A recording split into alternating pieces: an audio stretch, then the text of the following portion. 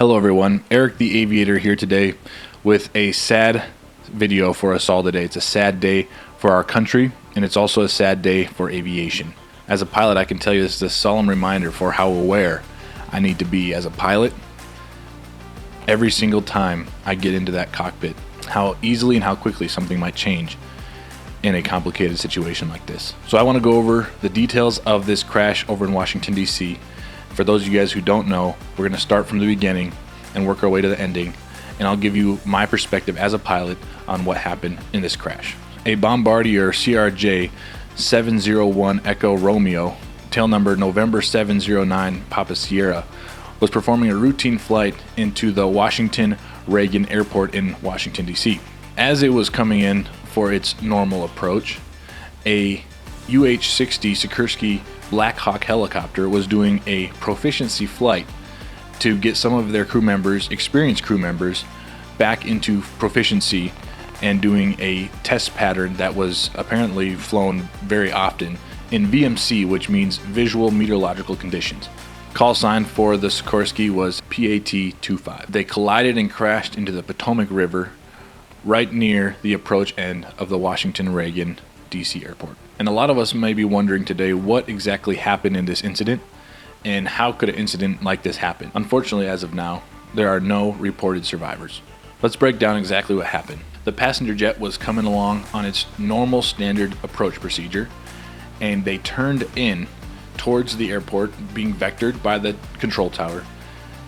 They came in for an approach onto runway 1, circle to land runway 33. So for those of you who don't know what an instrument approach is, it's just part of an instrument flight plan where you use your instruments to navigate down to the runway.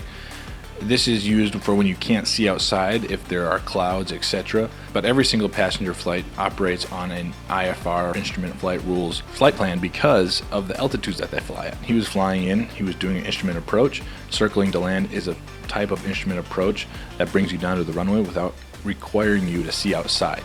So that's what this guy was doing, even though when you're not in the clouds, you are technically required to be looking around at your surroundings. He was on an instrument flight plan, so there was that extra added measure of security where you don't really look outside the cockpit for traffic on a normal day because you are on an IFR flight plan. So this jet was coming down on a normal approach towards runway 1, and the control tower asked it to circle to runway 33, which was just slightly off to the right of runway 1. The pilots in question said no problem, and they did a circle to land procedure. It was a slight dogleg right to runway 33. Circle to land procedures are a little more difficult and they're a little more abnormal than normal straight in approach procedures. However, these pilots may have flown here quite often and may have been used to this procedure. So more than likely, these jet pilots were coming in for runway 33 and focused only on the approach. The control tower reaches out to the Sikorsky UH-60 Black Hawk and says, "Do you see the jet that's right there?" The Sikorsky Black Hawk says, "Yes, we see the jet," requesting to maintain visual separation. The control tower says, "All right, sounds good, maintain visual separation, but pass behind the CRJ. Don't go underneath of it, go behind it." And that is key to this whole incident, because there are reports that maybe the jet dropped in altitude faster than what was expected. Maybe the jet, did some other things, but in reality, that Sikorsky was never supposed to be underneath that jet. It was never supposed to be on a collision course in any way, shape, or form. They were supposed to turn hard and go behind the CRJ. But what in reality happened is the jet was coming on a straight into 33 just like it was supposed to, and the military helicopter crashed into what looked like the back side of the airplane, so it wasn't able to see clearly its landing lights, and only one blinking light when it crashed into that side of the airplane. And the reason I bring that up is because as a pilot, I've flown at night often, and when you're flying into these big cities, sometimes you have buildings with lights that are actually taller than where you're flying that can be mistaken for airplanes. If an airplane's below you, it's almost impossible to see because it's just another light in the mix. And so flying at nighttime can be very difficult to see. Now, reportedly, this military crew was wearing night vision goggles of some kind, so we don't know if it was some sort of glitch in their goggles or if they were just looking at the wrong airplane in general. We really don't know. But we do know that this jet was on ADS-B, and we don't know if this helicopter aircraft had ADS-B built in. But for me personally, I use ADS-B as a solid backup option when the tower says, hey, there's traffic nearby. I will really quickly glance at my iPad or whatever's showing me that traffic on ADS-B to get a good idea of where it's at, and from there I can begin my visual separation.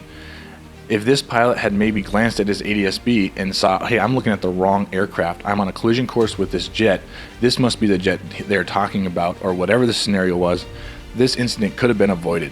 And that's my first takeaway from that, is make sure you use the tools that are necessary to you. Again, we don't know what happened. Maybe something mechanical happened. Maybe it wasn't pilot error, but this is a great reminder, hey, use ADS-B, use these tools that you have, and don't always just rely on what you can see, because you can't always see everything. I just had a close call midair collision not too long ago, and I saw the whole thing on ADS-B, and I had to divert. He didn't see me at all, not in real life or ADS-B. If you want to check that out, the video will be down in the description. We can see. Yeah, 789, contact Bombardier today. Okay. American 3130 for the final. Well, American 3130. Pass 25, traffic just off the Wilson Bridge to CRJ at 1,200 feet, circle runway 33. So right there, the tower is calling out to the PAT-25 saying, hey, there's a jet nearby, maintain separation. This separation proof. And American this 1630 tower, runway 1 off void traffic. This audio, we can't hear exactly what the aircraft's saying. I do have other audio for that, but he said basically requesting visual separation so you don't have to vector me. And so the tower says, yep, that's fine, just maintain visual separation. Alpha, circle runway 33, dispatch 16 off final.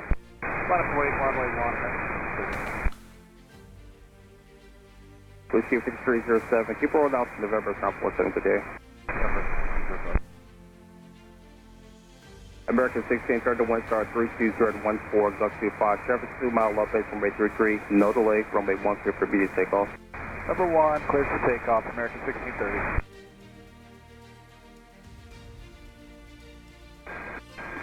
Pat 25, get the CRJ in sight. So right there, he's asking Pat-25, do you have the CRJ in sight? Pat 25, pass behind the CRJ. Pat-25 affirmed that he did have the CRJ in sight, and the tower said, hey, get behind this guy. The thing about helicopters is that they don't stall, so you could pull back. You could have stopped right there in this collision course. You could have turned. You could have done so many different things. This jet has no options. Even if he did see this helicopter, he's relying on the tower to make the diversion for him, and that's exactly what tower is doing here. He's trying to get this helicopter to go back.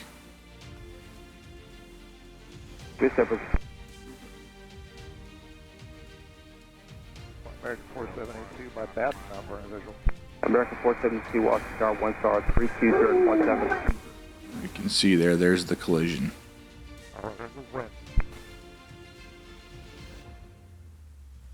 Tower, did you see that? American 472, American 3130, go around, turn left and 250, climb And tower goes into overdrive, making sure that everyone's staying safe, shutting down the airstrip, diverting, and he's going nuts just trying to figure things out.